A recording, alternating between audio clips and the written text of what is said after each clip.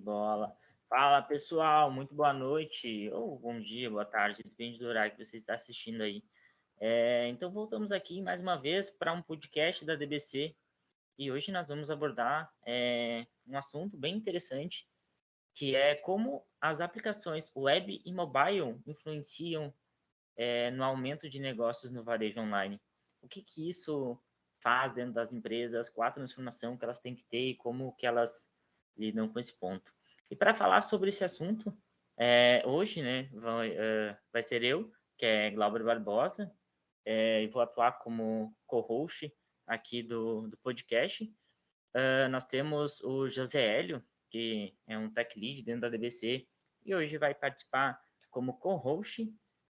Nós temos aqui dois convidados, que é o Marco Antônio, desenvolvedor back-end, formado em engenharia de software e arquitetura de soluções, e atua aí há mais de 12 anos no mercado. Temos também como convidado Eduardo Schwach, gerente de soluções aqui dentro da DBC, formado em gestão de TI e atua aí, é macaco velho, né? Atua aí há mais de 24 anos no mercado de TI. Então, show de bola. Como é que vocês estão, pessoal? Tudo na boa? Boa noite, Glauber. Tudo bem? Boa Tudo noite, ótimo. pessoal. Um Tudo prazer certinho falar com também. vocês. Boa noite. Show de bola.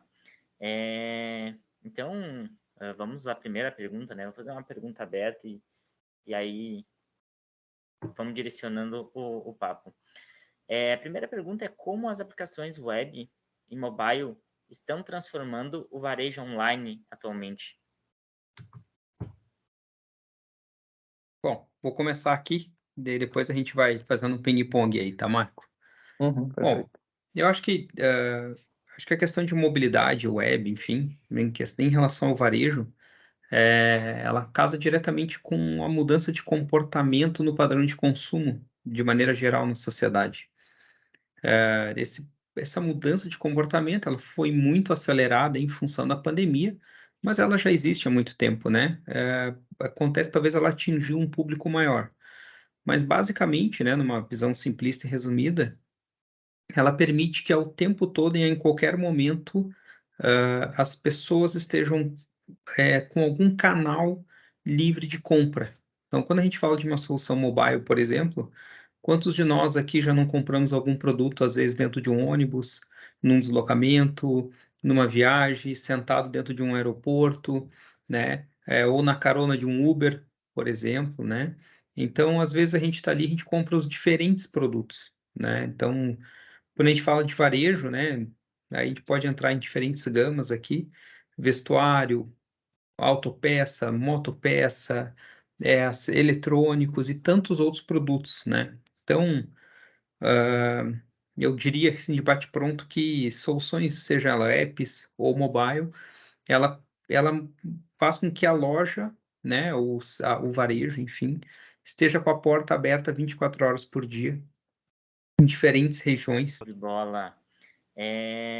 Então, vamos à primeira pergunta, né? Vou fazer uma pergunta aberta e aí vamos direcionando o papo.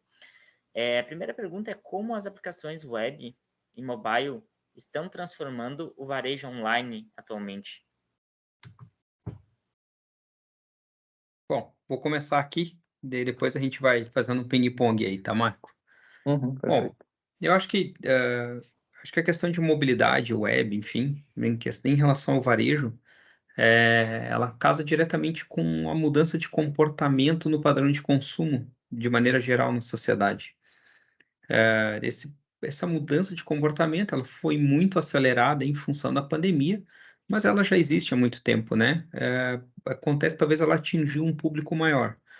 Mas, basicamente, né, numa visão simplista e resumida, ela permite que ao tempo todo e em qualquer momento, as pessoas estejam com algum canal livre de compra. Então, quando a gente fala de uma solução mobile, por exemplo, quantos de nós aqui já não compramos algum produto, às vezes dentro de um ônibus, num deslocamento, numa viagem, sentado dentro de um aeroporto, né? Ou na carona de um Uber, por exemplo, né? Então, às vezes a gente está ali, a gente compra os diferentes produtos, né? Então, quando a gente fala de varejo, né? A gente pode entrar em diferentes gamas aqui, vestuário, autopeça, motopeça, eletrônicos e tantos outros produtos, né? Então, eu diria assim, de bate-pronto que soluções, seja ela apps ou mobile, ela faz com que a loja, né, o varejo, enfim, esteja com a porta aberta 24 horas por dia, em diferentes regiões, em diferentes contextos, sem uma dependência geográfica do cliente estar fisicamente no local, né? Enfim, obviamente, depois nós vamos abordar um pouquinho, isso traz uma cadeia por trás. O que que significa para uma loja ter um e-commerce? Mais do que só ter um site, mais do que ter um app, o que que representa para ela em termos de abastecimento, em termos de produto, em termos de lidar com a concorrência, uma vez que se você tem um app, você simplesmente pesquisa em qualquer lugar. E aí, para o consumidor, em termos de padrão de comportamento de consumo, ele pode comprar em qualquer lugar. Um vai levar 2 dias para entregar, o outro leva 3, o outro talvez leva 5.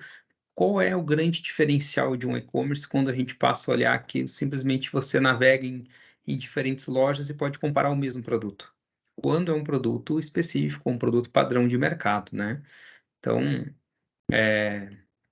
deixar a bola picando aqui, mas de certa forma, um app ou web, ele simplesmente mantém a loja aberta 24 horas, e isso traz benefícios, mas também traz um padrão para a concorrência.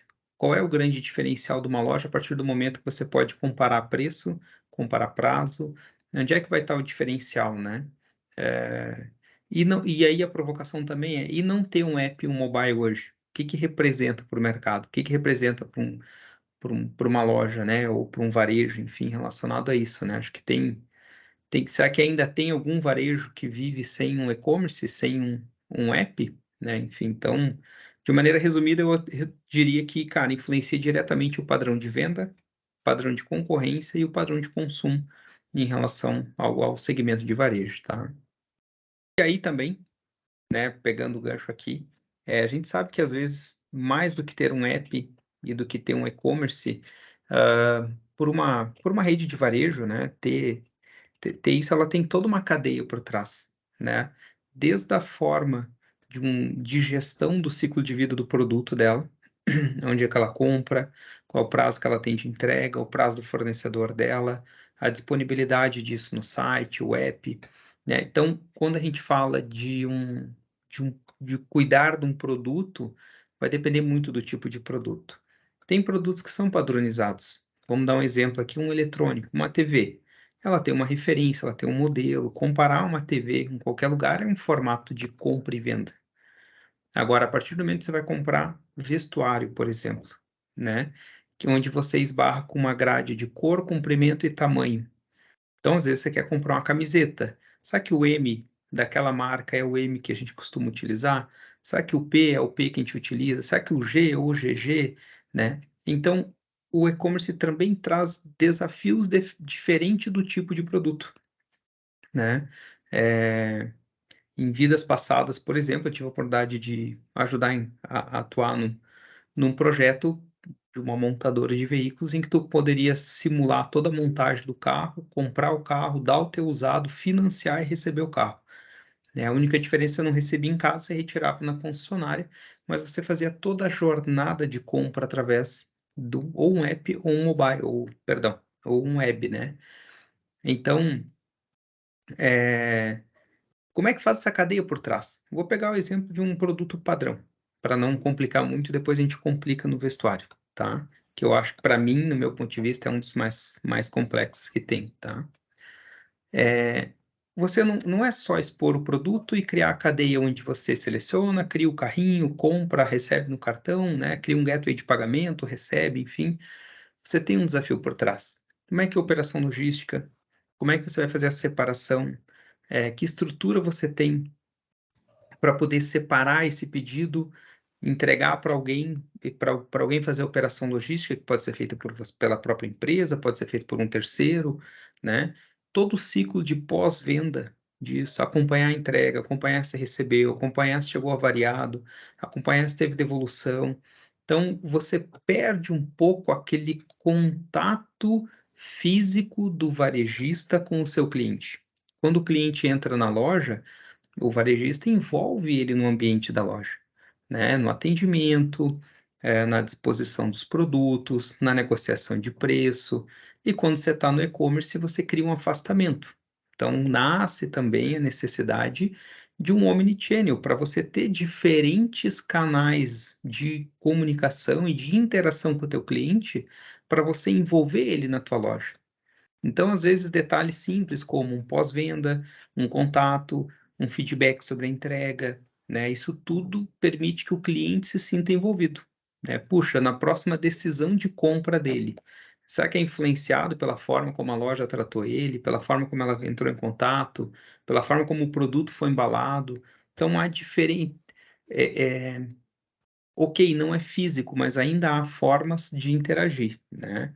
Então, tirando também a questão de negócio, também tem uma infraestrutura por trás de tecnologia para tudo isso acontecer, né? Diferentes integrações. Se o varejista, por exemplo, vai usar um canal de WhatsApp para manter contato com o cliente, se ele vai usar um call center, se ele vai usar só e-mail. Então, como é que tudo isso se conecta, em relação a essa experiência do cliente? Se vai ter um operador logístico, como é que através da loja você disponibiliza os dados para isso? Então, vai ter que ter uma integração sistêmica com o operador logístico. Então, tem diferentes produtos técnicos, ou melhor, diferentes ambientes técnicos que vão ser necessários para fazer todo esse trabalho.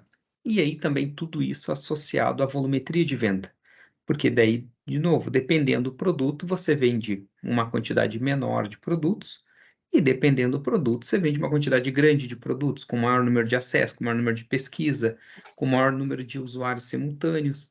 Então, acho que na questão técnica, a gente também esbarra com diferentes formatos e produtos técnicos para poder suportar isso, uma ferramenta de mercado, uma construção própria, um ambiente, né? E, de novo, e aí entra, quando a gente fala na questão técnica, também uma questão de ter que ter uma observabilidade sobre esse ambiente, para que o varejista saiba que o ambiente dele está instável, que ele tem um determinado serviço de integração que caiu, que de repente, né, estabelecer de novo, né, quem são os mandatários, quem são os donos de determinada informação. Puxa, eu preciso buscar o dado do cliente. Qual é a solução interna dele que é dono do dado do cliente? É o RP? É o CRM? É o e-commerce? Quem é dono do dado do cliente, então vai ter que ter uma camada de integração para tudo isso acontecer. Puxa, é o CRM que é dono do cadastro do cliente, então uma integração com o CRM. Quem determina questões de precificação? É feita no ERP, então tem que ter uma integração com o ERP. Então tem que ter um ambiente de observabilidade para garantir que essas integrações ou outros dependências técnicas estão operando, e se não estiver operando, vai ter que dar um alerta para alguém. E aí nasce também uma camada de sustentação. Então, ter um e-commerce, eu volto a insistir, é muito mais do que discutir tecnicamente botar um e-commerce no ar, né? Tem que ter uma camada de business bem endereçada, em termos de homem, em termos de canal, assim como também uma camada técnica de integração, né? Então, até vou comentar que acho que ninguém é melhor que o próprio Marco aí para debater um pouquinho sobre a questão mais técnica, né, Marco? Como é que a gente Sim. viabiliza tudo isso, né? Não, exatamente, mas tu explanou muito bem todo o ecossistema do e-commerce, né? E principalmente essa parte aí que não é tão vista, a parte da logística, né? Onde vai ficar os produtos, como vai ser a distribuição, né? Isso tudo parece bem simples, né? Quando a gente vai lá fazer alguma compra, né? Mas, tipo, tem diversas empresas que já têm já vários armazenamentos, né, armazéns, onde em diferentes estados, né, para poder facilitar mais essa questão da logística, né, da entrega, porque a maioria dos e-commerce hoje, tipo, eles estão ganhando por quem está entregando num tempo mais rápido, né? E até falando, né, tá tendo uma parte interessante, assim, de uma outra empresa que está, como dizendo, pivotando também para essa parte, que é o Uber, né? A gente sempre fala da Uber, né, como um meio de transporte, né, de pessoas, mas hoje ela já está também fazendo já essa parte de entregas, né, de entregando os pedidos, né, que as pessoas fazem. Mas na questão técnica próprio que eu acho... o próprio Pode, Mercado pode. Livre, ele já tem algo parecido, né? Isso, Tipo, tu pode se cadastrar lá e virar um entregador deles. E aí exatamente. além de se virar integrador, tu pode ter um espaço alocado para eles guardarem Existe um segmento, itens ali, perdão, né? então, contribuir, Pode né? falar. Existe um segmento novo de business também que está nascendo a partir daí dos marketplace. Eu vou pegar o exemplo do Isso. Mercado Livre, né? Onde ele estoca e ele é responsável pelo teu estoque e pela tua entrega. Então, em termos de negócio, ele recebe teu produto e fica responsável pelo estoque. E ele é o marketplace que vende, ele é o marketplace que coleta o teu estoque, ele é o marketplace que envia, né? Então, ele criou um segmento novo, né? E se a gente Sim, parar para pensar no gancho que o Marco comentou, né, Marco? Estão nascendo novas oportunidades de negócio, exatamente. né? As empresas elas estão enxergando, tipo, essa parte do Mercado Livre mesmo, está enxergando, tipo, por que que eu vou dar essa oportunidade para uma outra empresa se eu posso criar isso aqui em casa, né? Eu posso desenvolver. Então, eles estão sabendo fazer aquela questão que eles falam de pivotar, né? Tu tem o teu core de negócio principal, só que tu tá vendo outras possibilidades, tá? Eu tô com oportunidade ali, então tem o Mercado Pago, então faz toda essa distribuição e fica tudo no quintal de casa, né? Então é perfeito. Um outro ponto que eu ia falar também, que eu achei bem interessante que o Eduardo falou, mas voltando lá para a pandemia, ficou uma parte interessante que é a parte do cliente, né? Um cliente novo que antes não existia tanto, né? Que é mais ou menos a geração dos nossos pais, né? Eles não acessavam antes tanto a internet, né? Eles não acessavam antes o tablet. Então, tipo, agora, quando teve a pandemia, né, eles tiveram essa inclusão, né, digital e, tipo, eles também aumentaram muito, tipo, dentro da pandemia tu não poderia comprar, né? Não poderia fazer as compras físicas. Então eles tiveram que se habituar, né, e começar a fazer compra, e isso já é um estado que hoje, tipo, agora com a pandemia bem baixo, né, já está se tornando algo natural. Talvez hoje muitos vão só na loja para ver a mercadoria, fazer aquilo que o Eduardo falou, de ter o contato com a mercadoria, algum feedback que o vendedor vai dar, mas no final ele acaba optando por comprar pelo site, né? Porque é mais barato. Exatamente. E além de ser mais barato, tipo, ele viu tipo, aquele produto estava naquela loja. Mas na web, né? Tu pode ver em 4 ou Qualquer lugar, 5. compara preço em vários lugares. Na Exatamente. mesma hora, né, Marco? Eu, eu, vou, Exatamente. eu vou te falar que eu mesmo, eu tava pensando agora em comprar um tênis, estou pensando, e eu tenho um problema de comprar coisa na internet e chegar ao tamanho que eu não gosto. E aí um problema que eu sofro, cara, para te devolver o item é toda uma função.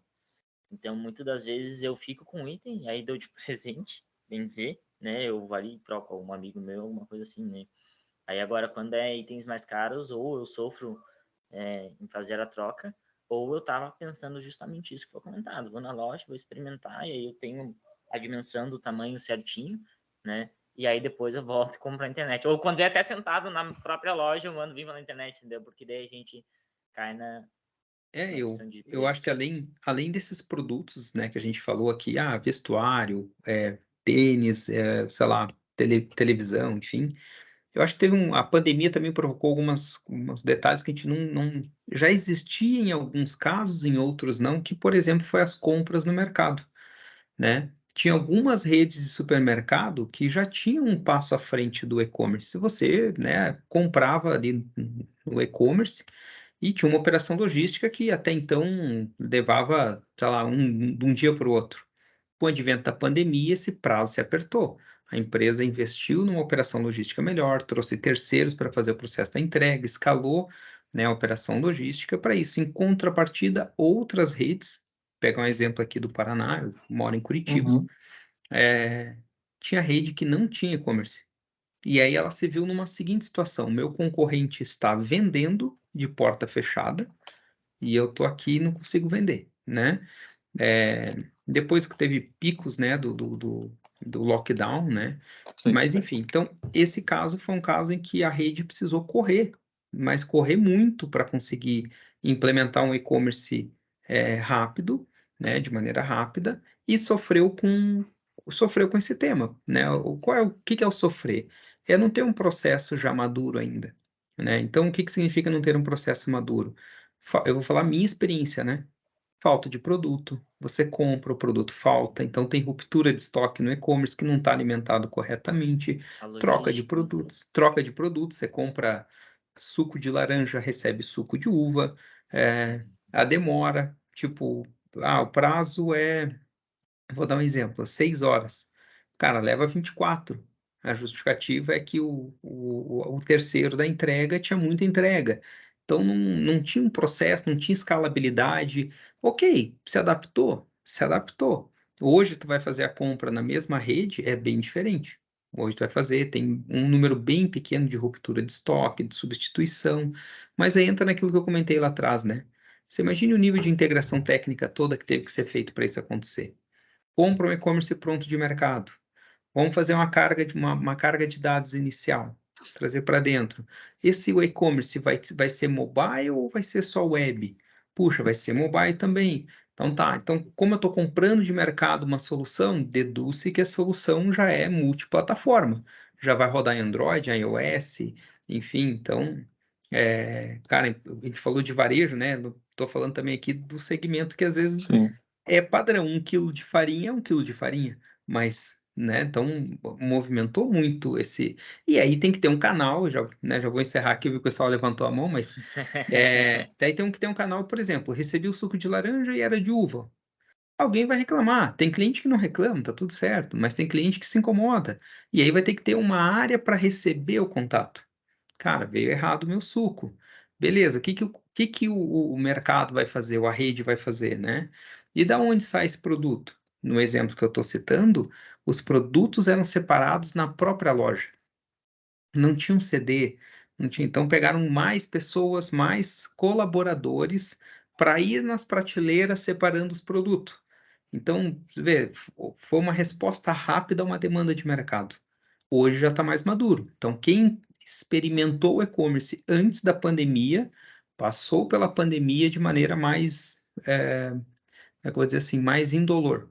Quem não estava pronto sofreu bastante. Deu um jeito? Deu, mas sofreu um pouquinho, seja pela experiência do cliente, e aí começa tudo aquilo que eu falei de envolver o cliente. Aí o cliente se sentiu incomodado. Puxa, eu comprei laranja, veio uva, eu liguei para lá, demorou 2 dias para o cara passar com o veículo de entrega e trocar o meu 1 litro de suco. Puxa, era 1 litro de suco, né?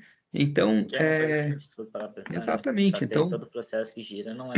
exatamente. Então, assim, hoje em dia, para encerrar aqui, eu não consigo imaginar hoje uma empresa de varejo, já que o tema é varejo, que ela não comece já e-commerce. E quando, vamos pegar o exemplo do iFood, né? Que está criando o conceito de cozinhas que são só cozinhas, não atendem o público ali no local, né? O iFood, o comércio está todo no e-commerce de uma cozinha, não tem área de atendimento. E aí começou a nascer, São Paulo principalmente, no Rio, em outros lugares, o conceito que eu vou usar um termo que não existe, eu estou inventando, que é o coworking de cozinha. Então é uma cozinha compartilhada. Tem um restaurante que utiliza a cozinha meio-dia porque ele só vende marmita. E aí essa cozinha, depois das Sim, que 18 tu abre horas, é novos utilizado por negócios, outro né? que só vende janta. E aí, daqui a pouco, ela é usada de manhã por uma pequena empresa que só serve café da manhã, que serve cesta, envia material, enfim. Então, são novos segmentos de negócio que acontecem a todo momento em função do e-commerce, né? Então, eu comecei falando do mercado, mas, cara, acho que o iFood é um bom exemplo Sim. do que é varejo, né? De comida, de tudo que for, né? Tem Acho, um ponto para falar, mas acho vou deixar o Hélio complementar também. Não, foi falado muito ponto que eu estava já engatilhado para comentar também, desde a maior conveniência, como você deu exemplo lá, Eduardo, do cara tá no, Uhum. tá no ônibus, né, comprando, maior alcance, como o Marco comentou, os nossos pais não tinha tanto acesso hoje em dia, então a gente tem um alcance maior. Tem a questão dos desafios dos produtos, que foi comentado pelo Eduardo também, que dependendo do tamanho, como o Glauber comentou, eu também sou como ele, vou à loja, meço, volto para comprar em casa porque é mais barato, querendo ou não, então tem uma diminuição dos custos, isso é muito positivo. Porém, teve um ponto que eu queria comentar que vocês falaram, da questão dos desafios técnicos, né? Vocês abordaram, então tem toda uma estrutura, não é uma coisa tão simples, tem toda uma logística por trás, mas o legal de hoje é que se uma empresa quiser começar hoje no e-commerce, tem modos e plataformas e ambientes que faz isso muito mais fácil. Até redes sociais hoje em dia já estão entrando no ramo do varejo. Se você abrir o Instagram, ele já oferece esse tipo de plataforma para você ofertar algum produto ou outro, algum O serviço ou outro. WhatsApp, pessoal, No vende. WhatsApp. WhatsApp. Uhum. Então, isso é um ponto muito positivo para quem quer começar, quem quer tá entrando no varejo online. Então, já existem plataformas, era o que eu queria pontuar. E se você quiser fazer do zero, querendo ou não, você partir para o varejo já por parte do mobile, se é que a sua empresa precisa seguir já para o mobile, claro que é para avaliar, como o Eduardo comentou, já vai precisar de uma parte mais técnica, de uma manutenção e de uma retroalimentação técnica ali de uma equipe mais forte, né? E daí eu queria jogar a pergunta para vocês, e se a pessoa quisesse começar agora no varejo online, que dicas vocês podem dar? Quais são como posso falar, o caminho que você daria, né, guiando assim, o caminho das pedras, evitando todos os problemas que vocês já passaram, o que vocês têm de conhecimento? Tem muita coisa online. Queria ouvir um pouquinho da opinião de vocês. Não sei se o Glauber pegou, deu uma saidinha. Aí, Não, voltou tô aqui. aqui, tô ouvindo. Ah, legal.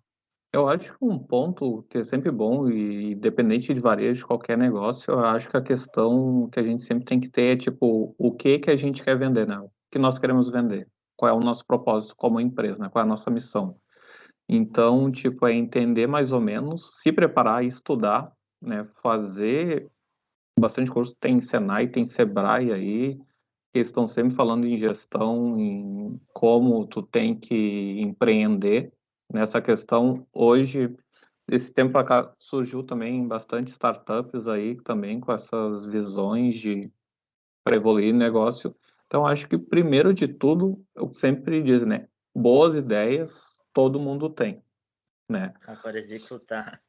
Agora é executar exatamente. Então, eu posso ter a melhor tecnologia de ponta, posso ter os melhores vendedores, ou posso ter os melhores fornecedores, mas se eu não souber como aplicar, fica meio que um problema. A questão ali que o Eduardo falou do iFood, o ponto principal é esse ponto que ele falou, e mais o link que ele fala se hoje teria alguém que teria algum negócio, né, sem estar na internet, né?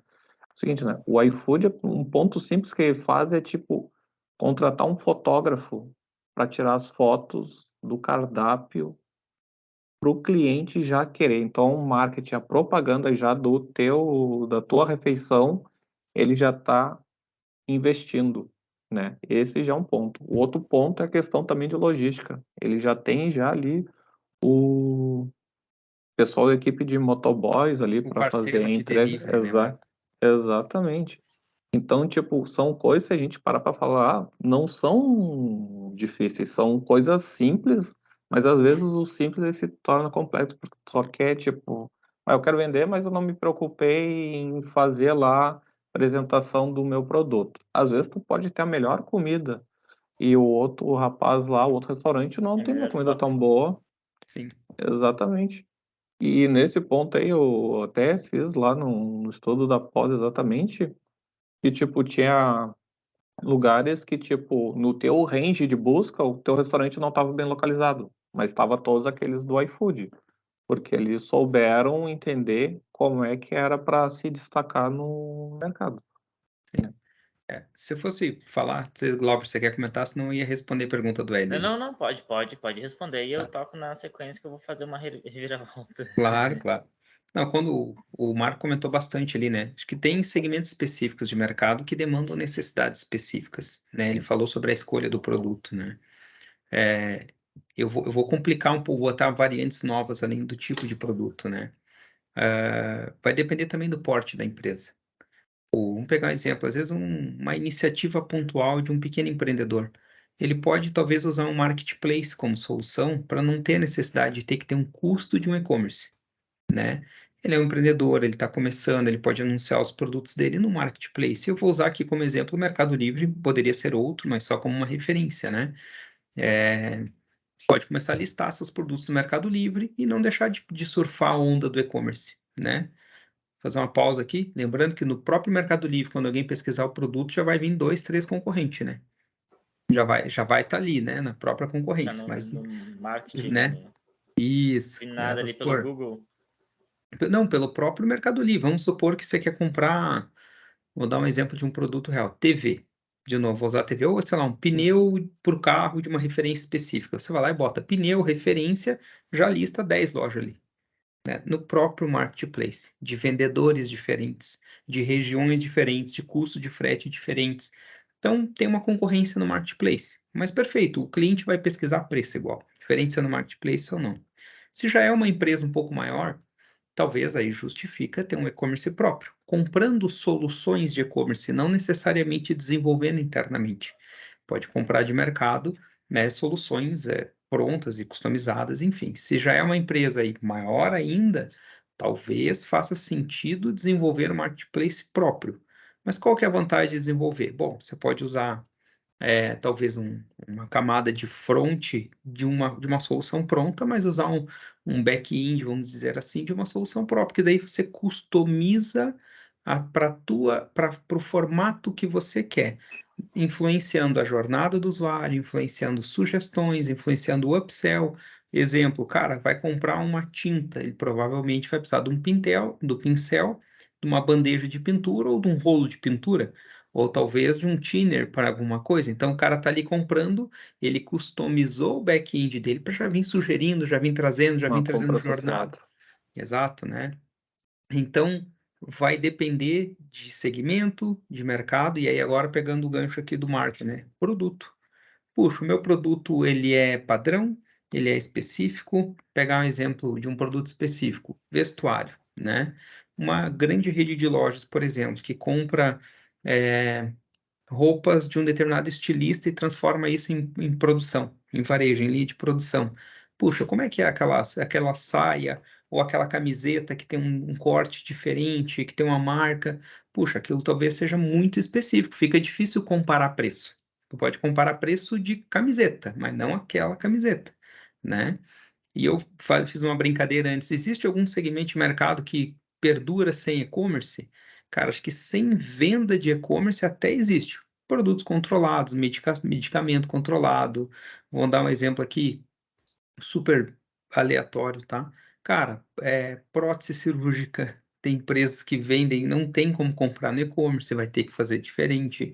Produtos que são controlados, exemplo, óleo, não digo qualquer óleo, mas óleos específicos, produtos derivados de petróleo com alguma finalidade específica, aí tem que ter pré-autorização. Então, existe um segmento ainda que vive às margens do e-commerce, mas ele precisa ter pelo menos um canal de comunicação. Ele precisa ter pelo menos um canal para, de repente, o cliente consultar se o pedido dele está a caminho, se não está, se está andando, se não está. Então, ele não gera a venda específica, mas ele gera o contato, ele gera outros canais. Então, começar um e-commerce, como foi a pergunta inicial, ele vai depender de vários fatores. O Marco muito bem pontuou a questão de produto. Também entraria o porte da empresa, o segmento de mercado, o concorrente. Cara, como é que é o concorrente? Como é que eu influencio? E aí vou pegar todo o gancho aquele. Eu não estou com o cliente entrando na loja, mas como eu influencio a compra dele? Eu vou pegar um segmento que não é varejo, mas só para trazer um efeito comparativo. Passagem aérea. Teoricamente, é o mesmo produto. Você vai comprar uma passagem, vai entrar no avião no destino A e vai descer no destino B. Isso não vai mudar. Isso é um serviço que você está comprando, né? Mas já repararam na diferença de jornada de uma companhia aérea para outra? Tu vai entrando numa, ela te sugere outras datas, ela te sugere valores, ela diz assim, cara, tá mais barato no dia tal, será que você não pode adaptar a tua viagem para o dia tal, por horário da manhã em vez do horário da noite? Ela vai te sugerindo opções em termos de economia, enquanto a outra está te sugerindo o seguinte, compre mais esse assento para você sentar na janela, puxa aqui, aí a outra está te empurrando coisa enquanto uma está facilitando para você economizar. Na essência, é o mesmo serviço, mas são abordagens de e-commerce diferentes, né? E isso influencia diretamente a tomada de decisão, né? Minha visão, e eu estou falando até como consumidor aqui, tá? Então, influencia diretamente. Então, assim, acho que não tem uma receita de bolo que se aplique para tudo. Vai depender do momento da empresa, do porte, do tamanho. Uma coisa que eu traria e sempre vou trazer é business, é comprar e vender. Tem que influenciar a jornada do cliente. Ele tem que ver valor naquela experiência, seja por uma compra sugerida, seja por opção, seja por facilidade de acompanhar a entrega, seja porque ele recebe um contato depois de pós-venda, e por mais automático que seja, chega um e-mail perguntando como é que foi, e aí se ele teve algum problema, ele tem um canal para poder responder, cara, tive um problema. Então, no fundo, a gente está, quando fala de e-commerce, a gente está interagindo com pessoas. E pessoas têm percepções, sentimentos e tudo que envolve interagir com pessoa. Não é só um e-commerce. Tem uma pessoa por trás comprando, né? Como o Glauber falou, ele compra lá o tênis 37 dele, e aí depois chega um 37 que não serve, ele quer devolver. Ele é uma pessoa, ele queria comprar um tênis pro uso dele, 37 é certo que não vai servir, né? né? E aí ele culpa o e-commerce daí, que, eu peguei o tamanho errado aqui, ó, né? Mas, Não, enfim. Show de bola. e um ponto que tu falou ali, Eduardo, também, que tipo, no final, independente se é e-commerce ou loja física, né? A opinião do cliente é a que prevalece. Daí, se eu te perguntar como foi a tua experiência no e-commerce, se tu me falar que foi negativa ou positiva, isso vai influenciar, né? Sim, Então, às vezes, tu tem todo um aparato lá, tem todo um know-how lá tecnológico para fazer tudo e não cuida do principal, que é a opinião que fica do cliente, né? com Como é que foi certeza. o tratamento do cliente Isso, naquele isso é produto. muito, muito cirúrgico, teu comentário, Marco. Quantos de nós aqui, antes de fazer uma compra, pesquisa as avaliações do Exatamente. e-commerce? Lembra que eu comentei sobre o canal de pós-venda, um call center, um contexto? Então, nós estamos falando que alguém vai ter que monitorar redes Uhum. sociais, alguém vai ter que monitorar um reclame aqui, alguém tem mais uma área para entender, que o cliente às vezes se sentiu mal atendido. E ele vai querer reclamar, vai querer ir numa rede social e trazer esse comentário. Comprei, recebi atrasado, comprei, chegou com problema, mandei e-mail, não me responderam, chegou a cor errada, enfim, então, e alguém tem que monitorar, né? E quantas empresas que a gente vê monitorando redes sociais e naquela resposta automática?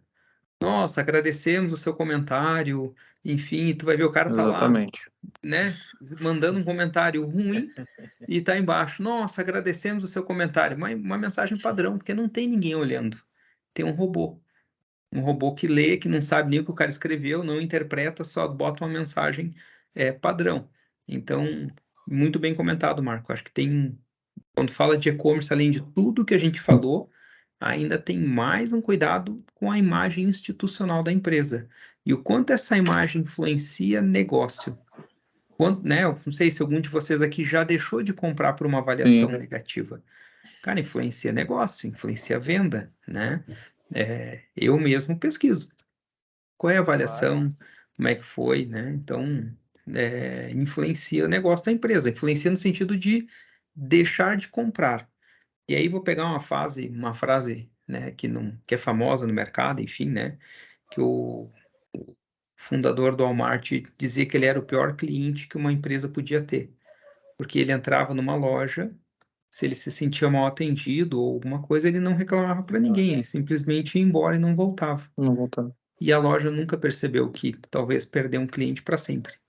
E aí agora vamos dizer aí no e-commerce, né? Quando tu vê um comentário negativo, alguém que nunca comprou e nem vai comprar, porque já memorizou que o feedback de quem comprou, de quem interagiu, não foi positivo, né? Então, o e-commerce também impacta a venda, mas a imagem institucional da empresa se mal conduzido, né?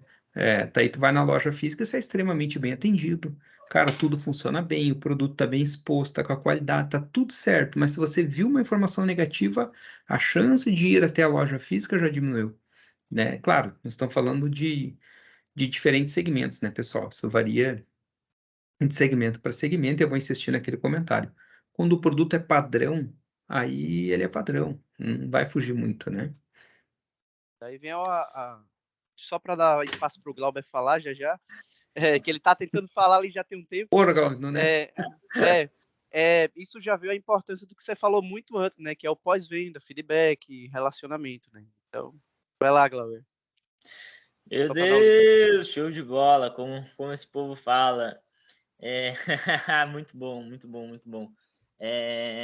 Eu queria, antes de pegar a fala, assim, e fazer uma nova pergunta, eu queria fazer mais ou menos uma sintetização de tudo que a gente falou, porque a gente acabou falando muita coisa em momentos separados, né? Então, a gente acabou falando um pouquinho ali do início de um e-commerce, né? E aí, se a gente for parar para ver, cada uma dessas situações que eu vou comentar que a gente colocou, dá muito assunto, porque se a gente pegar lá do início de um e-commerce, como é que é para fazer a virada de chave para um e-commerce, né?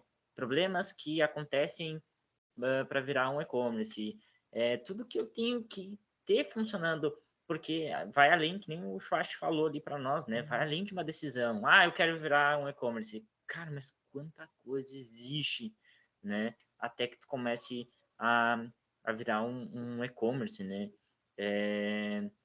A gente também tem aí nesse ponto que é questões de custo, faturamento, mas às vezes, por exemplo, assim, pô, eu não vou virar um e-commerce agora, porque daí eu vou ter um custo, né? E aí o custo da oportunidade de tu não ter um e-commerce, como é que a gente consegue também metrificar isso, né? Então, acho que isso é mais um problema, assim, que é a parte inicial. Então, a gente vê que a parte inicial no e-commerce, depois que a gente tem essa parte inicial, a gente pode ter um segundo ponto, pô, agora tá rodando, tá funcionando. O que eu tenho que ter, quais problemas eu tenho que ter? Pô, eu tenho logística, eu tenho que ter um meio de pagamento, eu tenho que ter um pós-venda. Claro, tem algumas coisas que tu não precisa ter. Mas será que se tu não tiver, o cliente volta a comprar? E aí fica essa pergunta, né? A gente comentou um pouquinho ali, a gente está ainda debatendo esse ponto, né? E aí depois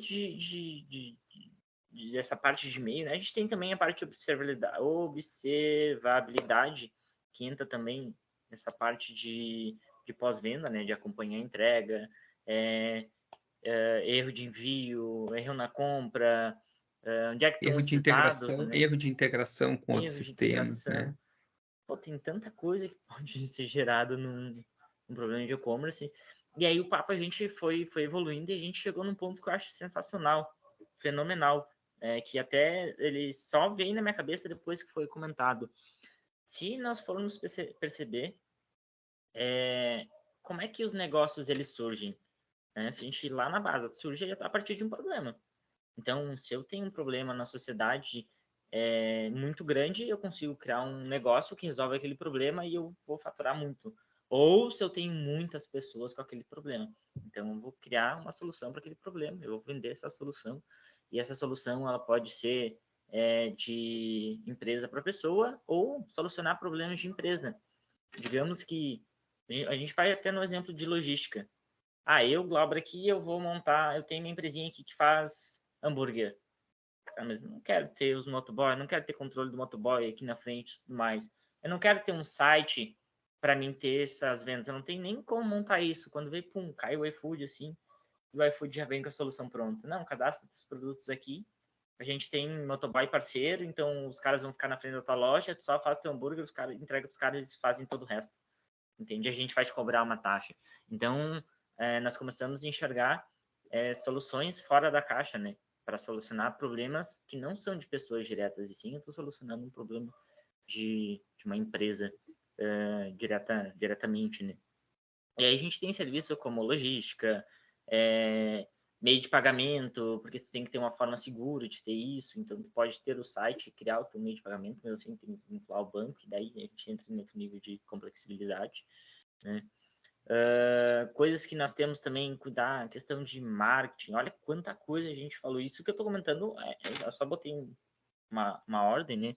Mas são tudo coisas que a gente acabou comentando e trazendo aqui, cada um desses pontos do processo, eu acho que valeria muito pano para manga e muita conversa. E agora a gente foi chegando por último aqui, na parte de comunidade, que o que eu digo como comunidade? Digamos que o Schwacho ali comprou um produto, né, sei lá, qualquer loja online, e veio produto errado. Aí ele vai lá e vai colocar uma votação. Não, isso aqui tem 1 estrela porque ele não me entregou certo, veio produto errado, demorou para entregar, e, cara, tem N reclamações. Porém, ele pode ir lá e dar 5 estrelas. Pô, veio direitinho meu produto. Pô, chegou em 1 dia, chegou em 2 dias. Cara, que compra fenomenal. E aí, quando o Glauber, o José, qualquer outra pessoa que for comprar, ele vai olhar aquele voto, né? Tipo assim, aquela 5 estrelas e aquele comentário. E aí a gente tem plataformas que disponibilizam isso e tem plataformas que não disponibilizam isso. E aí a gente vem, pega um outro gancho que tem um outro serviço. A gente pode ter um Reclame Aqui. E aí, quando isso não tem, tu vai lá no Reclame Aqui e tu dá uma olhada. Pô, essa loja aqui, ela é boa de comprar? Qual é a nota dela? Então, olha o quanto gigante é essa parte de negócio. Isso, não, entra assim, a negócios da internet, né? A gente começou o assunto falando de negócios de varejo, mas não tem como dizer que o varejo não movimenta vários outros negócios. Com certeza. Né? Sim, É uma tá cadeia, bem cara. associado. É uma cadeia. Uhum. Outras coisas juntos, né? E aí, lá no início, a gente comentou, teve um ponto que é a dificuldade de se iniciar um varejo hoje em dia. Digamos que eu tô uma lojinha ali na esquina. Pô, cara, eu não tenho... eu não tenho dinheiro para criar um e-commerce meu e todo esse processo, né? Ou que tamanho... A pergunta vai ser, vou simplificar, né? O que eu preciso para criar um e-commerce e quanto isso vai me custar?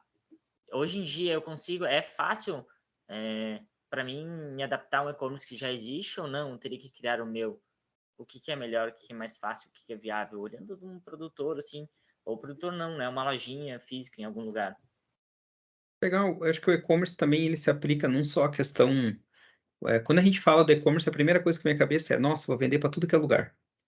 Mas a gente também pode usar o e-commerce para questões regionais. Vou dar um exemplo real que tem aqui no meu bairro, né?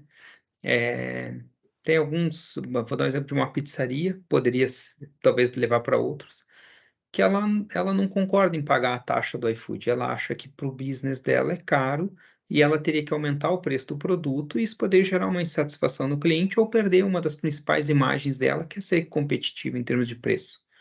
E ela criou um e-commerce dela. Sim, tu pode ligar na pizzaria, você pode ir lá retirar, mas você tem um site responsivo que você encomenda a sua pizza. Você monta, você distribui sabor, você junta 2, 3, 4, conforme o tamanho, conforme o contexto, e não tem gateway de pagamento no site deles. Você seleciona o pagamento e o motoboy chega com a maquininha. É uma solução de bairro, mas você para pensar. E pasme, quando você compra no e-commerce, ele te dá, eu não lembro agora, vou chutar um número porque eu não tenho certeza, mas eu não sei se é 5 ou 10% de desconto. Aí você vai dizer, nossa, mas por que ele dá desconto? Porque ele não precisa, ele tem um custo menor em termos de atendimento, porque você se autoatendeu. Seria o conceito do self-service em que tem um mercado. Em vez de você ir num balcão de mercado e pedir, me dá 1 quilo de arroz, 2 leite e uma caixa de ovos, você vai na prateleira e pega.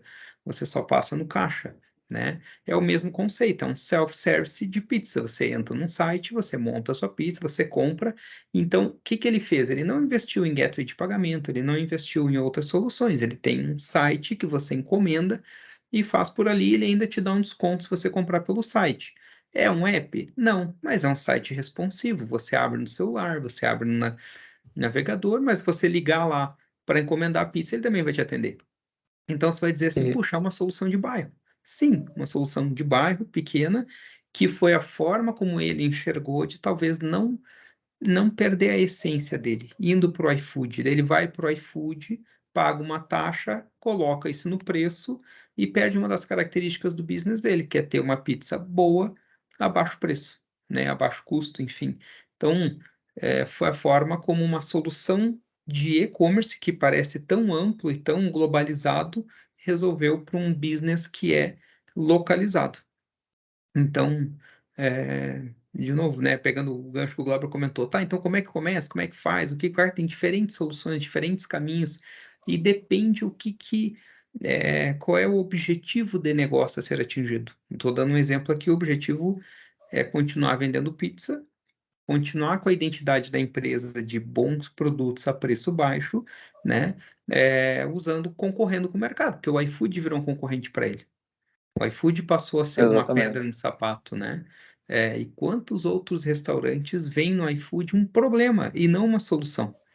E aí, às vezes, buscam criar. Eu vou dar um exemplo de uma grande rede de hambúrgueres aqui do Paraná.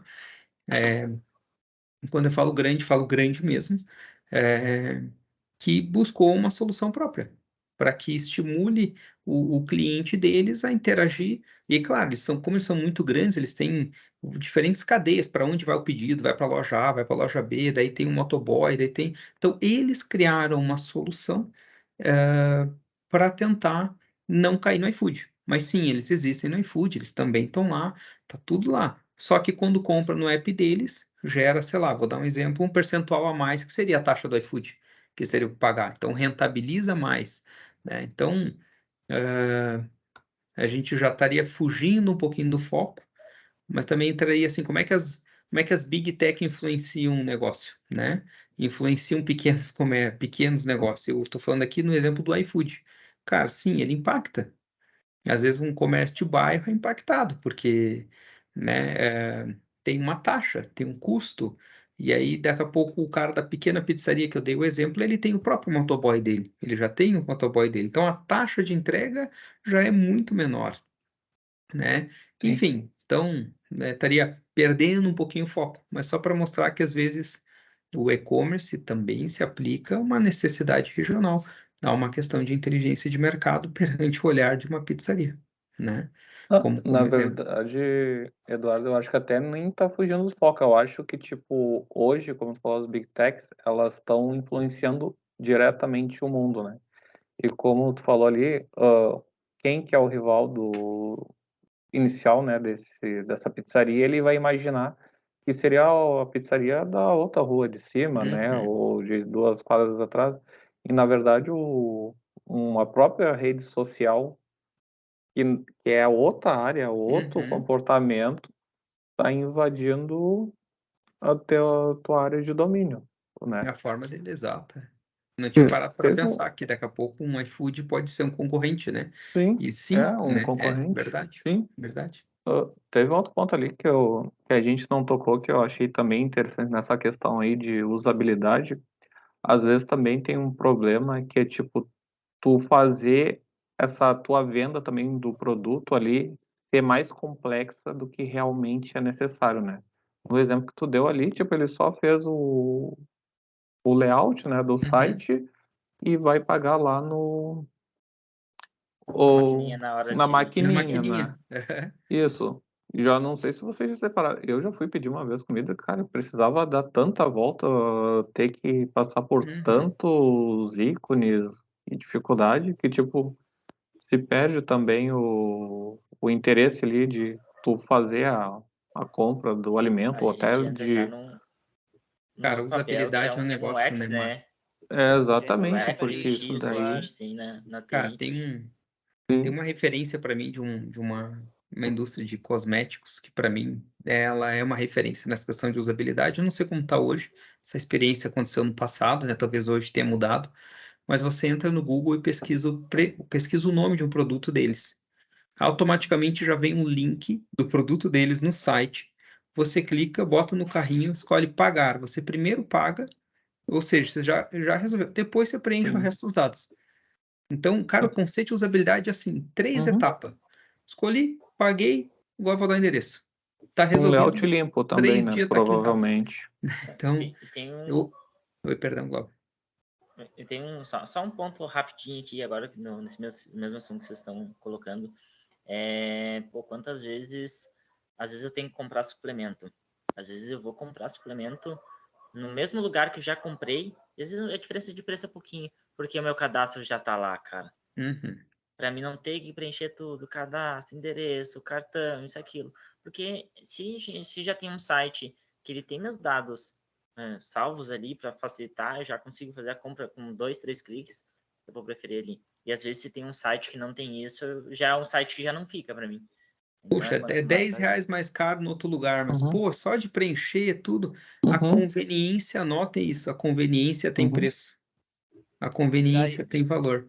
E as pessoas pagam um pouquinho a mais pela conveniência. Isso não é um problema. Claro, dentro de uma razoabilidade, né? Dentro de um percentual Sim, aceitável, tá? se tu puder já, tipo, logar com o Facebook ou com a tua conta Isso do aí. Google, aí eles... melhor ainda. Isso daí é o Tem grande histórico, cara, coisas lance, que eu né? fico encantado com e-commerce de compras recorrentes, né? Vou dar um exemplo no mercado. Quando ele bota e diz assim, cara, você historicamente já comprou esse produto 2 vezes por mês. E esse mês você ainda não comprou, você não está precisando? E, cara, uma inteligência super simples para mim como pessoa me influencia demais. Vou dar um exemplo, tá na moda agora, não vou falar o nome, de um aplicativo seria um iFood para pet, para você poder comprar ração para pet, ração, brinquedo e outros itens de pet. Eu tenho pet em casa, então você vai comprar e sugere. Não está na hora de Não, comprar a de ração? comprar. Tipo, Não tu está compra na de um em hora um de mês, você. ele já sabe mais ou menos, ó, tá Isso. chegando mais ou menos na próxima compra que já É, deve estar. exato. E tu vê assim, ó. Poderia talvez mandar um aviso ou um lembrete, alguma coisa, né? Um push, vamos dizer assim, né? Um empurrado ali. Mas tá ali, cara, ele te avisa, no momento da compra, às vezes você nem comprou, ele te manda um push sem você lembrar, ó, não esquece a minha ração aqui, né? Então, ele cria até uma mensagem mais dinâmica, de novo. E aí você vê como é que o e-commerce influencia o dia a dia. Lembra que eu comentei? Você está em casa, você está no carro, você está no Uber, você está no aeroporto e você está comprando, e você está consumindo, e você está nos mais diferentes lugares, você está tá comprando. Eu vou dar um exemplo não é varejo, mas vou dar um exemplo que eu uso, né? Os tags de pedágio, por exemplo, né? Você vai usar tag de pedágio. Antigamente, você tinha que vincular um cartão, fazer um contexto, ir numa casinha, tal, tal, tal. Você encomenda a tag, ela chega na tua casa, você bota no teu carro, você bota crédito, você faz não sei o que, você tá na estrada viajando, caramba, esqueci do crédito da tag. Celular na mão, já tá memorizado teu cartão de crédito, para quem usa pré-pago. Eu, por exemplo, uso pré-pago no meu tag de pedágio, que é pedágio, estacionamento, enfim. Você está no carro com o Tudo celular quando ali, tu precisar, né? Não fazer precisa... recarga, ele já sabe o valor que você comprou a última vez, cara, cai no cartão, toca a vida. Entendeu? Então, Não tipo só assim, pedágio, né? é, Não só pedágio, estacionamento também tem, cara. também Hoje fui no shopping, entrou no shopping, não precisou pegar cartãozinho, não precisou ir lá passar na maquininha, pagar na a, maquininha, a sair. tag, a tag de pedágio barra estacionamento, de novo, lembra que eu falei, né? A comodidade e né? Tem preço, né? Tem uma taxinha que você paga? Tem, mas só de não pegar fila, só de no pedágio você não parar, só de ir no shopping quando você vai sair, né? Já tá ali. Então, comodidade também gera negócio, né? Também gera business, né? Eu anotei aqui 2 pontos, né, que a gente comentou no tudo que a gente falou. Então, bem isso que tu acabou de falar, né, na parte mais do business. Ou é solucionar algum problema, ou solucionar vários problemas, o problema de muitas pessoas, ou também ser conveniente. Quanto mais conveniente tu consegue ser para as pessoas, mais tu consegue acertar, né? Mais tu consegue fazer o teu business ele crescer no online, né? Já que a gente está tirando o cara que entra na loja aqui e tudo mais. De bola. Pode falar Não, aí. e o importante... Ah, pode falar ele. Pode falar. Eu ia passar para o Hélio, mas pode tocar a ficha. Não, é exatamente esse ponto que é interessante, né? Que quando tu for criar, né, um e-commerce, todas essas ideias, né, todas essas questões de problema, quem é o meu rival, como eu posso atender o público, né? Tudo isso tu já tem que ter, tipo, anteriormente. Tu já tem que ter, tipo, plano de negócio, né? O que o pessoal sempre fala, né? Plano de negócio, ver os teus pontos fracos e teus pontos fortes e trabalhar em cima deles. Antes de ter uma questão de tecnologia, tu tem que entender ali o teu Uhum. problema, né? E antes de deixar o Eli falar, vou lançar uma polêmica aqui para nós dizer assim: mas o e-commerce elimina a loja física? Na minha visão, já que eu troquei no assunto, eu vou te dizer, cara, você ir numa loja, dizer, cara, quero comprar um produto. Você ir na loja, ter o produto e voltar para casa com ele no mesmo dia também não tem preço, né? Exatamente. Então, E meu experimentar, tênis que eu tenho que pegar na mão, experimentar lá. pegar na mão, ver. Então, só quero provocar aqui para Não, dizer, e isso é verdade. Se for um não preço não elimina, muito né? distante, Não elimina. tu compra ali na hora. Exato, não Se elimina, for cara. no preço, não tem É aquela Não, questão, né? Um dia de chuva tu pegar um táxi ou um Uber, né? Se o táxi estiver ali, tu. Sim, Pô. sim. E é um bom exemplo. Quando eu desço no aeroporto, dependendo do aeroporto, cara, às vezes é mais cômodo pegar o táxi, porque, cara, já estamos ali, já vamos embora, depende da distância, né? Isso. Do que ter que acionar o Uber, ter que esperar, daí vai pro ponto de entrega, aí tem que ficar cuidando se o cara chegou, daí vai. Lembrando, o Uber custa um terço em média, né? Um terço do valor, dependendo, comodidade. o valor, depende, vale o custo, comodidade tem preço. Às vezes vale o custo, mas não é sempre, né? Vai depender da distância, né? Então, Helios, vamos deixar você falar aí, que senão vai ser cansar esse braço com a mordida aí. Perfeito. Era mais para agrupar tudo que todo mundo falou e também fazer uma pergunta, né? Mas falaram muito de experiência, então tempo também, o tempo que você demora naquela experiência do usuário leva dinheiro, então quanto mais moroso for o fluxo de você fazer uma compra ou outra, é muito mais vantajoso você criar uma experiência mais fácil para ganhar aquele cliente, como foi colocado por cada um aí, tá? Desde experiências pessoais até comprando online, como você disse que comprou em 3 passos lá, bem rapidinho, e depois cadastrou as informações, né? Um outro ponto que, como o marketing é muito grande, foi comentado, não vou abranger mais esse assunto, mas é importante falar, já que a gente também é tech aqui, né?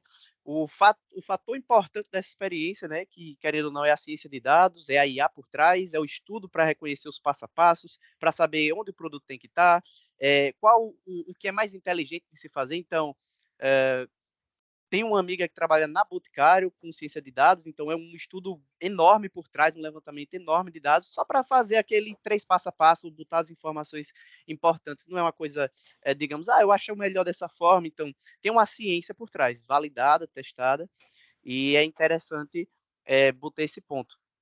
E pulando para a pergunta, né, a gente viu, voltando como o Glauber fez antes, a gente levantou todos os pontos legais, né, do varejo, seja maior alcance, conveniência, você está em qualquer canto, né, custo mais baixo, porque como você também provocou agora há pouco, não tem a loja física, mas é interessante não ter a loja física, aluguel, salário, conta de serviços públicos, então o local físico é mais caro só por isso.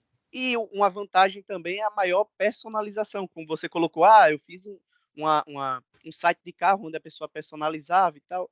Então, nós temos muitos pontos positivos, mas de pontos negativos a gente citou pouco. Quais são os pontos negativos de ter um e-commerce?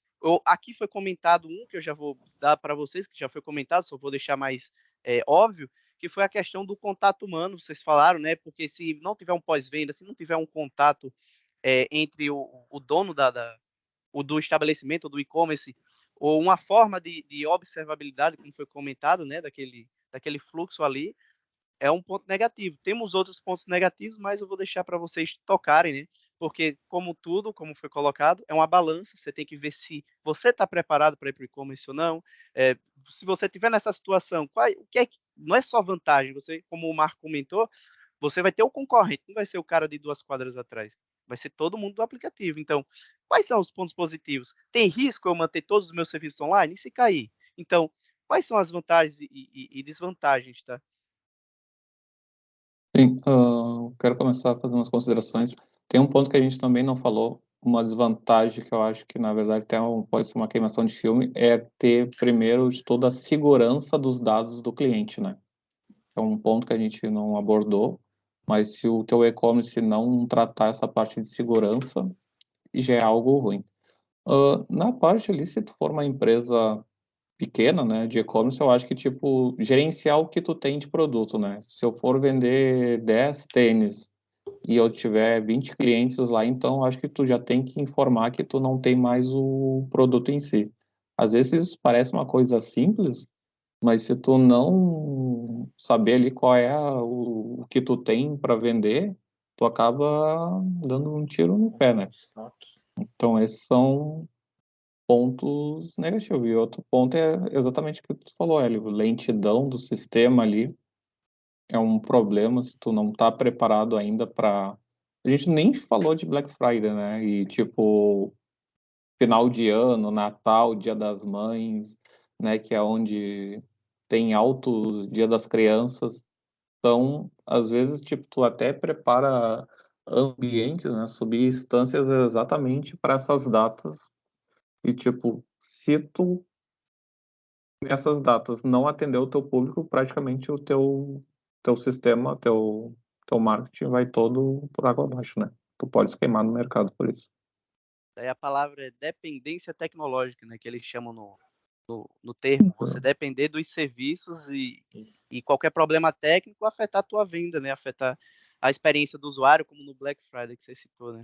E o quanto que a Exatamente. gente pode ver que também que tem de custo versus retorno quanto isso, né? Quanto que você tem que investir em tecnologia, em pessoas, Não pode em deixar de considerar isso processos. no business plan, né, Glauber? A TI tem um custo, né? Quanto isso impacta, quanto disso é custo flutuante e fixo, né? Subir mais servidores numa data comemorativa, uma data festiva, ele é um custo flutuante, mas eu tenho um custo fixo em relação a isso, né? E às vezes não é só subir servidor, né? Será que teu sistema Sim, está preparado, né? exato. Será que a operação logística está preparado, né? Exatamente. Então, é difícil assim dizer o que que tem de ruim, porque vai depender muito de cada segmento, de cada empresa, de cada tamanho, mas a dependência técnica com certeza é um ponto relevante, ela tem que ser considerada, né? Por ambiente, por falha, por integração, por ruptura de estoque, como o Marco comentou. Pô, o outro sistema gerencia o estoque, mas daí caiu a integração. E aí a observabilidade não avisou e vendeu 15 unidades, não tem as 15 unidades. Então, exposição da marca é uma coisa que eu entendo que o e-commerce exponencializa isso, né? No caso de falha, porque é, eu comentei ali sobre a questão de redes sociais, o pessoal comentando, né? Normalmente o pessoal vai comentar quando deu problema, né? De cada 10 comentários, 9,5 é quando deu problema. Ninguém vai lá comentar, nossa, comprei, deu super certo, né? Então acaba ficando meio oculto os comentários positivos, né? Quando é numa rede social. Então acho que a exposição é um risco se mal implementado, se mal tratado, né? Mal considerada essa questão de experiência do usuário. Então assim, difícil listar problemas ou pontos negativos. Eu acho que a questão da viabilidade em si da operação logística, disponibilidade, né, o site está em pé, os gateways de pagamento não darem problema, e tudo isso que acontece, aí eu acho que seria o principal, né? E outra, dependendo do teu negócio, dependendo do teu business, dependendo de vários fatores, você tem parte do teu business na mão de terceiro, e você não tem gestão do terceiro. E aí pode ser vários terceiros. Você pode ser o site numa nuvem que não tem tua gestão. Você pode ser o entregador, que também é terceiro, não é tua gestão. Pode ser o pós-venda, que é um terceiro e não é tua gestão. Então, Acho que a maioria é ah, assim, né? Os oi? grandes, pelo menos. A maioria é assim, pelo menos os grandes Sim. é tudo isso, né? Então, assim, é difícil listar ele, uma pergunta difícil. Você deu né? Vou ajudar um pouquinho. Uma coisa que Boa. foi citada aqui pelo Glauber, uma coisa que, querendo ou não, é um ponto negativo de compras online, né? Varejo online, Uhum. devoluções. O Glauber disse que compra um produto, ele não troca, ele dá. Então, é uma dificuldade, né, do varejo. Você pedir uma pizza no local físico e falar, pô, viu errado, quero trocar. Sim. E ter no momento, né? Ou o tênis 10 online que o horas da Glauber noite, pediu comentou. a pizza, chegou às 11, 11h30, tá louco de fome, veio errado. Já era. É essa Cara, mesmo, né? não vou É essa mandar de mesmo. volta morrendo de Sim, fome. quando é alimento ainda é fácil, mas o Então, problema é quando é uma TV, né? Algo que, tipo, Sim. Valor veio. agregado influencia isso, pessoal. É. Errar um produto de R$ 50 é uma coisa, errar um produto de R$ 2.897 é outra coisa, né? Ah, às vezes depende como cada empresa trata seu pós-venda, né? Eu já tive experiência de comprar um produto, veio errado, a empresa não só não me pediu o outro produto de volta, como mandou o outro e ainda mandou um brinde, né? Cara, a minha venda deu prejuízo para eles, mas eles fizeram este investimento em função de imagem, em função de experiência, né? Se eles errarem 10 a cada 100 que eles acertam, eles estão pagando para trabalhar, né? Então, Tá mantendo a fidelidade do Não tem cliente, né? Que é problema. né? o ponto, né? Exato, né? Só que está comendo margem, entendeu? Também tem um risco aí na operação em si. Eu dei o exemplo do mercado, eu vou repetir aqui, Érico, acho que é um exemplo que eles tiveram que implantar a toque de caixa, o tal do e-commerce na rede de supermercado que eu comentei ali. Os pedidos eram separados por pessoas com os carrinhos indo nas prateleiras buscar. Não tinha uma operação em si, era assim que o mercado se adaptou. Então, erro humano. Comprei, sei lá, farinha da marca A de 500 gramas, veio da marca B. Tá bom, posso não reclamar, tá tudo certo, vai, né? Mas havia um erro humano, até eles operacionalizarem a conferência bipada e tudo que passa por uma compra, né? Até a conferência bipada, só um comentário engraçado, era feito no caixa. Eles passavam com o carrinho como se fosse um cliente comprando. E aí o operador do caixa ia bipando, saía ali o cupom fiscal, né? Enfim, então, é, quanto mais caro era para essa empresa, para essa rede de supermercado fazer assim? Porque ela teve que resolver a toque de caixa, né? Vamos lá, a gente está falando de uma área em que as margens já são apertadas. Arroz é arroz, todo mundo vende arroz tipo 1. Farinha é farinha, feijão é feijão, shampoo é shampoo, né? Cada um, né?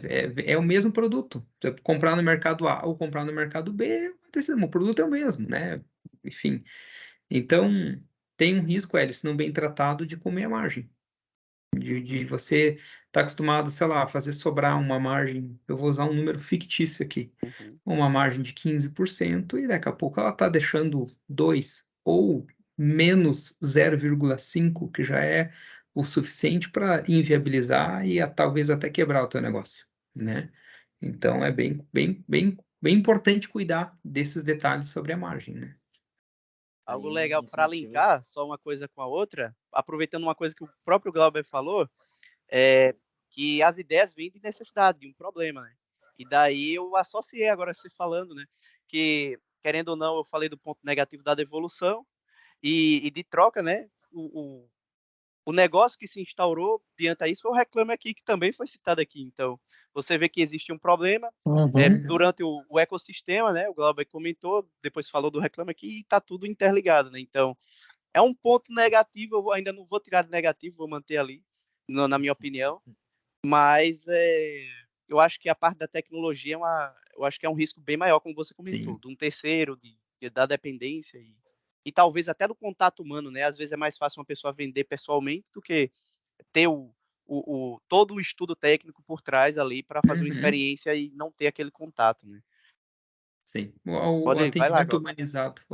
humanizado, ele é super importante, não é à toa que se investe tanto em chatbots humanizados, né? A gente Uhum. vê cada vez mais esse tema, né? Para não ser aquela coisa assim, oi, boa tarde. Aí a pessoa responde, boa tarde. Ou então, né, entre ela responder, o robô já perguntou, oi, boa tarde, qual o seu nome? Nesse meio tempo ela responde, boa tarde. E aí o robô, oi, boa tarde, tudo bom?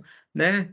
Como é que vai seu atendimento, senhor? Boa tarde. Porque ele entende que já respondeu. Então não é humanizado, ele não consegue ainda ter a inteligência de limpar algumas mensagens, e isso está melhorando cada vez mais, né? Isso vem evoluindo, vem trazendo, mas ser atendido por um humano, cara, na minha visão, como pessoa, cara, não tem preço, né? Sim, ele já resolve, vai no ponto, né? Que tu Né? precisa. O outro tem todo um protocolo lá para seguir. Sim, né? Mas enfim, é uma opinião pessoal aqui minha, de que, ok, cara, eu não tenho nada contra o chatbot. Aliás, eles estão ficando cada vez mais inteligentes. E tem vezes que, dependendo da empresa e dependendo da jornada do chatbot, eu prefiro o chatbot. Porque eu já falo ali, já dou 1, 0, 2, 4 aqui e tal, já tenho o que eu quero, beleza, obrigado, né? Nada contra, mas tem outros problemas. Quando normalmente é problema, você prefere um humano. Quando é algo rotineiro, você não vê problema em ser um chatbot. Por exemplo, uma segunda via, resgatar um número, levantar uma informação, né? Agora, puxa, eu tive um problema, né? Depende do problema, às vezes ser atendido por humano. De novo, isso varia muito do segmento de mercado, né? nossa, show de bola. Pessoal bem empolgado, bastante assunto para se falar, né? E aí, antes de encerrar, aproveitando um pouco, já tinha algo para falar, vou aproveitar o gancho que o Churrasco trouxe, o que o pessoal trouxe aqui, que é a questão de evolução de chatbot e a evolução de e-commerce, né? E eu vou trazer uma historinha que eu já ouvi umas 2, 3 vezes em lugares diferentes, que é a história de uma menina que ela vai comprar, sempre compra produtos na loja X, certo? E aí essa loja, ela utiliza análise de dados para oferecer produtos para as pessoas, né? Conforme o que o Josh falou ali da raçãozinha ali, do doguinho, do gato e tudo mais. E chegou um ponto que essa moça, ela começou a receber itens que eram, sei lá, fralda de bebê, produtos para mãe, digamos assim, sabe? E aí o pai foi lá e reclamou, não, cara, por que vocês estão querendo influenciar minha filha a ter um filho, alguma coisa, isso, aquilo, né? E, na real, essa inteligência, o que ela fazia? Ela pegou, a partir de análise de compras de mulheres, ela previu que, tipo assim, quando as mulheres elas começam a comprar determinados itens, né, X, Y, Z, elas estão grávidas. Então, a tendência delas é comprar outros itens, né? Porém, essa menina, ela não estava grávida, né, na cabeça dela, pelo menos não. E aí, depois o pai foi lá, reclamou e tudo mais, isso, aquilo, até que ele foi lá e descobriu que ela estava grávida. Então, a questão do comportamento dela, né, foi pego ali pela indicação dos itens, Pelo né? Então, comportamento preditivo lá. E eu vi isso, essa reportagem. isso. Foi nos Então, Estados Confesso que eu Unidos, se não eu não vi, me mas já engano. fiquei curioso. Vou olhar depois, Sim, né? isso. não Então, tem esse tema. Aham. É bem cara, então, interessante olha, isso. é muito louco e muito legal, né? Então, eu vou deixar isso mais no ar, que eu acho que isso até vale um novo podcast, né? Vale, Então, a gente... vale. Sim. Esse Ó, daí vale um lá. Levanta a podcast para curiosidade. vale um podcast para ver, por exemplo, cara, como é que a inteligência artificial, ou talvez, né, ela aprendendo a ler as expressões faciais, ela consegue dar para o segmento de varejo os índices de aprovação ou de rejeição, ou o mapa de calor dentro da loja, ou alguns outros contextos que envolvem essa leitura. Isso não vale só para o varejo, isso vale para o segmento de ensino presencial, por exemplo, e para tantos outros segmentos em que coletar o feedback em tempo real é tão importante. E aí entra provocações como até onde o LGPD permite isso, até onde isso vai. Então vale um podcast, cara, É só para enorme. discutir esse tipo de Eu coisa, vou, né, cara. e eu vou dar Agora é mais um interessante spoiler. trazer a Vai ciência lá. de dados, né? Não, trazer a ciência Sim, de dados, porque Isso, isso é a ciência de ciência Sim, de dados, dados e né? inteligência Querendo ou artificial. não, isso. é um estudo fantástico, assim, não é a minha área, mas eu já estudei um pouquinho, nossa, e o que eles conseguem extrair de informações, como você falou até dessa história, tentar fazer a experiência do usuário ser tão específica para atender as necessidades individuais dela, que ela acaba fazendo indicações, como na história você falou, né? E acabou o pai descobrindo uma Que a notícia, filha uma estava surpresa da grávida, né? filha. Sim, Exatamente. É uma nesse surpresa. caso aí tinha dois pontos, né, que eles levantaram, que era a questão da privacidade, né, que foi o LGPD Uhum. ali, que eles questionaram, né, mas também da evolução que foi da própria IA, né, que ela conseguiu, através ali do comportamento, questão da heurística e da análise preditiva lá da IA, conseguir, com uma acurácia bem alta, informar que ela estava grávida, né. E eu vou dar um último spoilerzinho, a gente já encerra aqui, que é bem o que o Eduardo acabou de comentar. Semana passada agora, eu fui num evento, que é evento de tecnologias e startups e tudo mais, e lá tinha uma empresa, né, uma startup, que ela estava fazendo um software que ele reconhecia, tu colocava câmeras atrás da tua prateleira, todo mundo que passava na frente ou entrava dentro da loja, ele reconhecia a pessoa olhando e a expressão facial que ela fazia para cada item que ela enxergava. E ali, Cara, em eu cima disso, atendi uma empresa que tinha isso, cara. olha Que aí, tinha, olha que então tinha isso. isso, isso influenciava a medição de aprovação de novos produtos, assim como também influenciava a disposição dos produtos na loja, no caso de loja física, né? E também tive um caso de uma empresa de segmento de ensino que precisava medir o feedback do aluno conforme alguma metodologia para evitar a evasão para o EAD. Então, para o aluno Olha aí. presencial, como é que poderia influenciar isso? Então, o Hélio tocou no assunto ali, ciência de dados.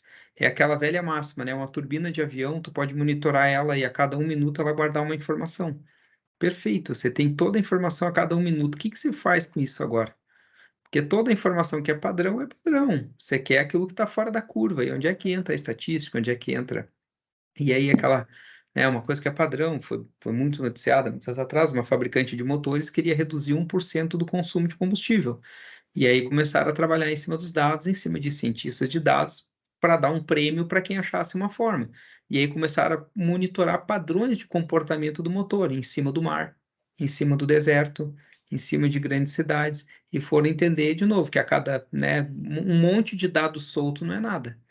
Você precisa aí trazer estatística, trazer dados, trazer isso para entender os comportamentos. Por isso que eu brinquei aqui, vou insistir, cara, vale um podcast ou 2 ou 3 se a gente for entrar no tema ciência de dados, né? Porque é um tema muito rico, né? Muito Muito rico. profundo. Pá, Sim, tem, tanto que tem engenharia de dados, ciência de dados e o business né? inteligente. Business intelligence sobre o tema, né, Marco? Aham. Show de bola. Então, acho que isso até, Hélio, a gente já pode anotar esse assunto, né? Criar só ali um tópicozinho bacana e já vamos bolar um próximo podcast sobre esse assunto aí.